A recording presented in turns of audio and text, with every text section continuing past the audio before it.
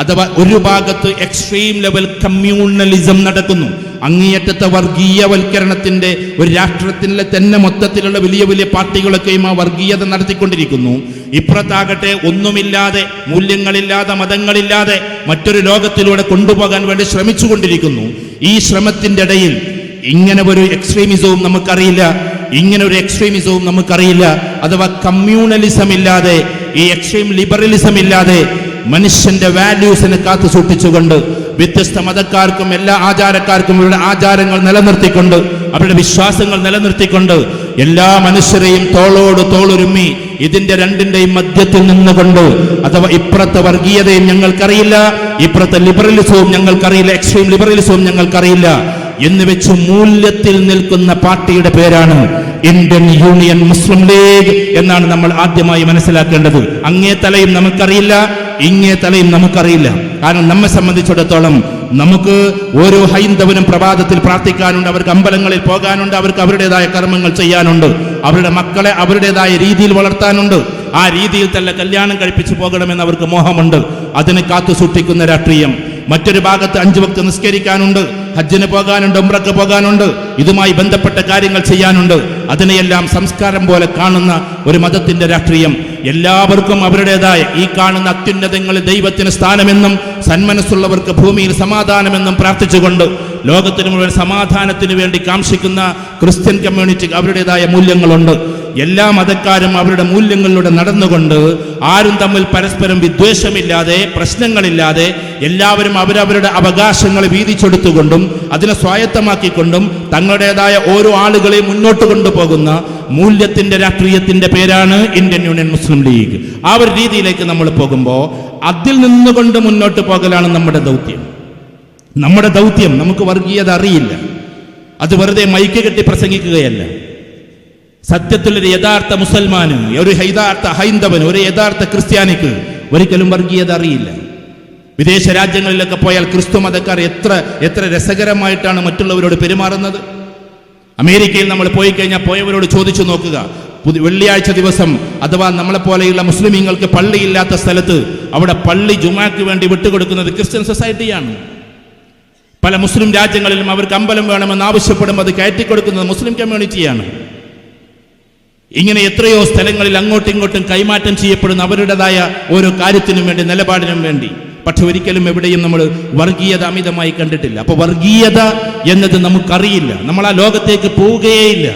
മുസ്ലിം കമ്മ്യൂണിറ്റിയിൽപ്പെട്ട ചില ആളുകളെങ്കിലും ചിലപ്പോൾ അതിലേക്ക് എത്തി നോക്കിയിട്ടുണ്ടാകാം, ചിലപ്പോൾ പോയിട്ടുണ്ടാകാം.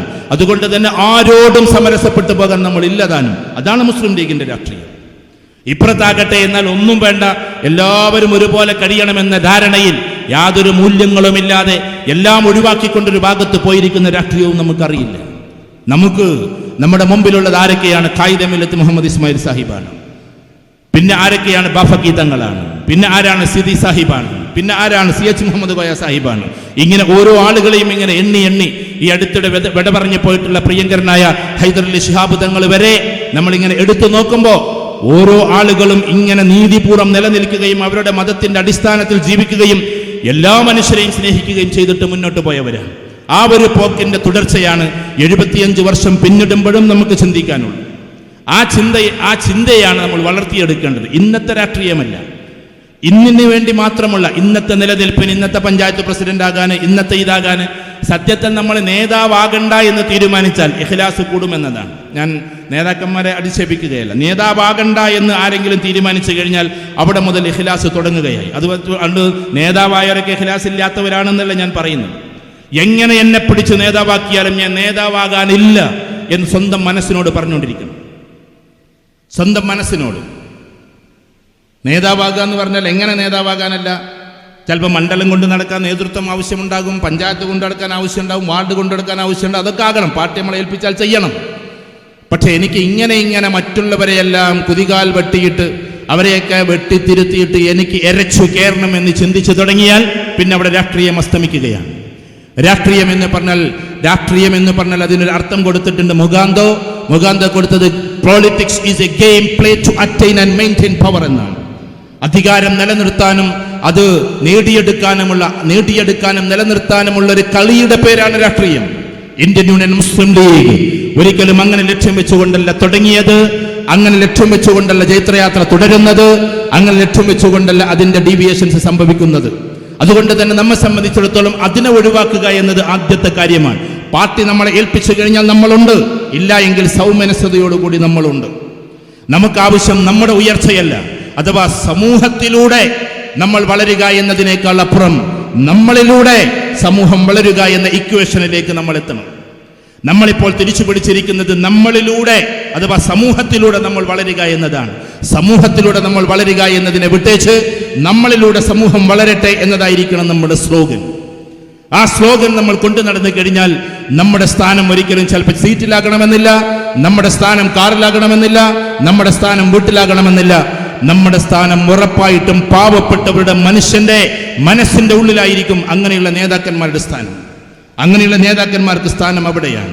ഇവിടെ നമ്മൾ 75 വർഷം പിന്നിടുമ്പോൾ സമകാലിക രാഷ്ട്രീയം നമ്മൾ പറയുമ്പോൾ ഈ രാഷ്ട്രീയത്തിന്റെ സിദ്ധാന്തങ്ങൾ നമ്മൾ അറിയേണ്ടതുണ്ട്. നമുക്കൊക്കെ അറിയാവുന്നതാണ്, ഞാൻ ആവർത്തിച്ചു പറയല്ല, സമയമില്ലാത്തത് കൊണ്ട് പരിമിതപ്പെടുത്തുന്നു.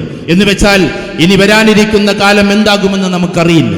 ഇതിങ്ങനെ പോയി വേറൊരു സ്ട്രാറ്റജിയിലേക്ക്, വേറൊരു ടാക്ടിക്സിലേക്ക് പോകുമോ എന്ന് ഭയപ്പെട്ടുകൊണ്ടിരിക്കുന്ന ഒരു കാലമാണ്. വർഗീയത ഇനിയും കടന്നു വരുമോ എന്ന് ഭയപ്പെടുത്തിക്കൊണ്ടിരിക്കുന്ന ഒരു കാലത്താണ്. ആ കാലത്ത് എങ്ങനെയാണ് നമ്മൾ പെരുമാറേണ്ടത് എന്നതുമാണ്.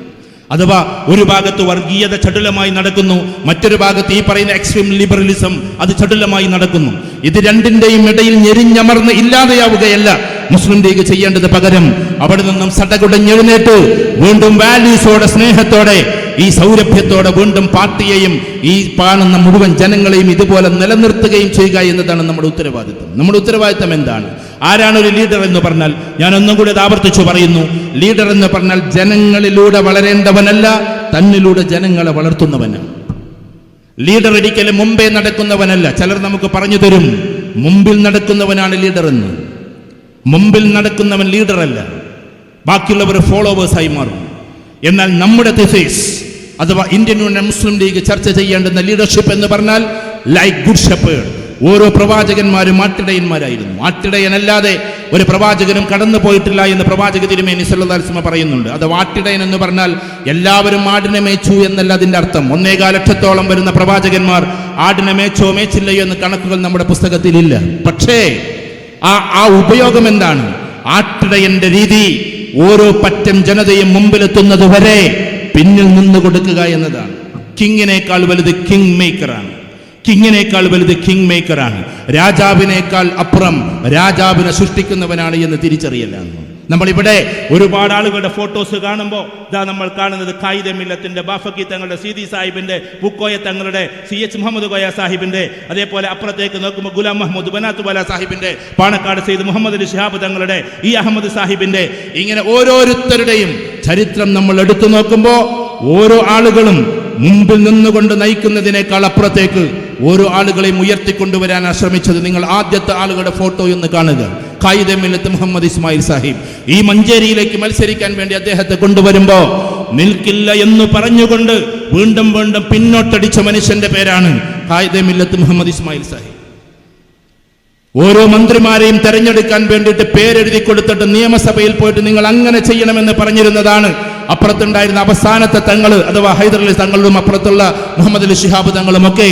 പക്ഷെ ഇന്നേ വരെ നിയമസഭയിൽ ഇരിക്കണമെന്ന് മോഹിച്ചിട്ടില്ല. ഇരിക്കാമായിരുന്നെങ്കിൽ അത്യാവശ്യം മന്ത്രിമാരായി അവിടെ ഇരിക്കാമായിരുന്നു. പക്ഷേ ആരും അത് എത്തി നോക്കിയിട്ട് പോലുമില്ല ആ ചെയർ എങ്ങനെയാണ് തിരിഞ്ഞിരിക്കുന്നത് എന്നത് പോലും. അപ്പൊ മുസ്ലിം ലീഗിന്റെ രാഷ്ട്രീയം എന്ന് പറഞ്ഞാൽ അധികാരത്തിന് വേണ്ടിയിട്ടുള്ള ആർത്തനാദങ്ങളുടെ പേരല്ല, പകരം ഈ മനുഷ്യരെ സേവിക്കാനുള്ളതാണ്. നമ്മളിത് പറഞ്ഞുകൊണ്ടേയിരിക്കും. ആർക്കെങ്കിലും അതിന് എതിരായിട്ട് എന്തെങ്കിലും ചിന്താഗതികൾ ഉണ്ടെങ്കിൽ നമുക്കതിനോട് സലാമേ പറയാനുള്ളൂ. മുസ്ലിം ലീഗിന്റെ രാഷ്ട്രീയം അതാണ്. മുസ്ലിം ലീഗിന്റെ രാഷ്ട്രീയം എങ്ങനെ പോകണം? നിഷ്കളങ്കമായ മനസ്സോടെ പോകണം. അവിടെ ടാക്ടിക്സുകളും സ്ട്രാറ്റജിയും ഒപ്പിച്ചുകൊണ്ട് നേതാവാകാൻ വേണ്ടിയിട്ട് നമ്മൾ കളിച്ചു പോയാൽ, ഞാൻ നേതാക്കന്മാരോട് സംസാരിക്കുന്നത്, അങ്ങനെ നമ്മൾ കളിച്ചു പോയാൽ ഈ പാർട്ടിയെ തകർത്തുകൊണ്ടിരിക്കുന്നത് നമ്മൾ തന്നെയായിരിക്കും. വെഞ്ചതല കയറുന്നത് ആരും അറിയാറില്ല. ബുൾഡോസറാണ് പുറത്തുനിന്ന് വരിക എന്ന് നമ്മൾ തിരിച്ചറിയണം. വെഞ്ചതല കയറിയിട്ടാണ് എപ്പോഴും ബിൽഡിങ്ങുകൾ തകരാറുള്ളത്. ബുൾഡോസറുകൾ എന്ന് പറഞ്ഞാൽ പുറത്തുനിന്ന് വരുമ്പോൾ അത് എവന്റെ ബുൾഡോസർ ആയാലും തകർക്കാൻ ഇവിടെ ആളുണ്ടാകും.